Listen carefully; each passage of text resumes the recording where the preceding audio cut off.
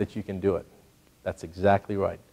So these are the 7 toxicities. Now you understand how they're all down-regulating oxidative stress, increasing the system to be able to be at the point where the antioxidants, the body's own antioxidants, or when we're doing like something like chelation, removing the heavy metals, we're removing a free radical.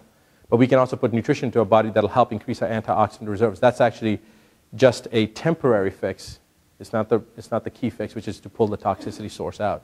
So these 7 toxicities, if you effectively address them, the key word is effectively. That's a word that nobody really addresses. It's the operative word there.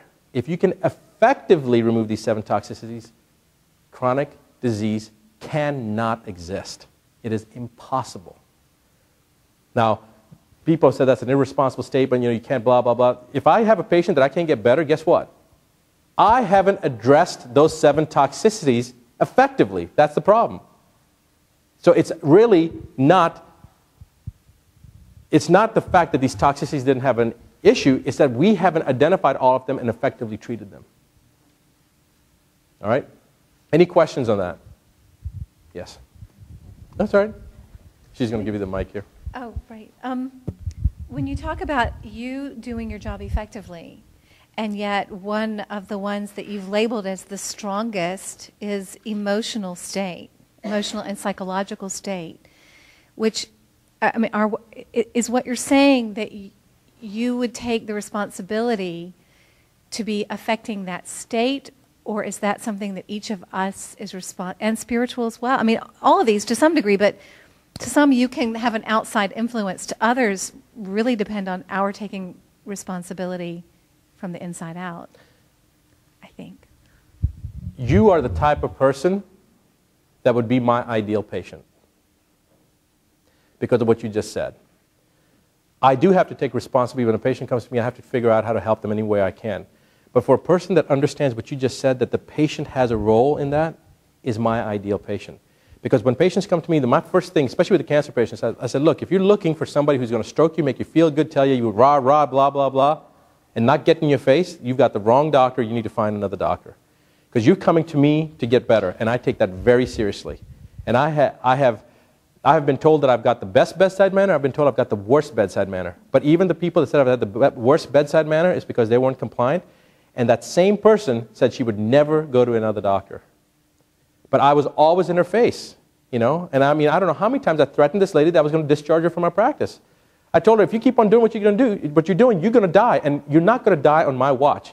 And I have no reason to sit here to watch you slowly die. So either you do what I'm going to ask you to do, or I'm sending you charge. And I'd pull my nursing staff in there. I said, she's got 10 days. If she doesn't buckle down, I want her, I want discharge paperwork. I don't want to see her anymore.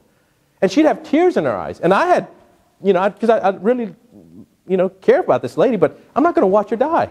So everybody's a little bit different, but you're absolutely right. One of the tactics I recently started using is asking a patient that I can tell is non-compliant. And actually, I don't have a compliance issue anymore, because we had 2.5 years ago, we had a 23-month waiting period for new patients to see us. That's how far booked out we were. And there's been a couple of things that have happened, not just the economy, but a couple other things. And we were growing so fast that our infrastructure couldn't support us. And we were at our old office. We had patients lined up in the hallways. We had to give injections in the bathrooms because we didn't have enough room.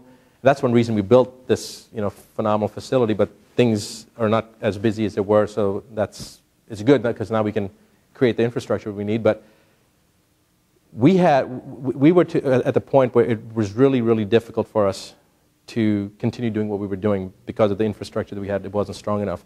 And I was getting ready to point out about a patient, right? Is that what I just said? You were talking about compliance. Yeah, compliance issue. Yeah, we don't even have a compliance issue, because when a patient has to wait, 10, 15 months to get to us, they're willing to do whatever. And that's the type of patient I want. I'm not interested in a person that's shopping, because it's kind of like a busload of people going off the cliff, and I'm trying to reach my hand out, and somebody says, let me think about it. Don't come here. Don't think about it. I want you to go and do whatever you're going to do, wherever you're going to go. Do everything, once you've failed everything else, and I hope that you find success, because that way you don't have to come see me. But if you don't, I want a person that is ready to do whatever it takes. And that's the type of person that's going to get the type of result. That's one reason, one of one of the doctors in my family, he's actually my uncle, he was actually being facetious because we have like a very high success rate in our patient population. He said, you know, if you decided to just see healthy people, you'd have a 100% success rate.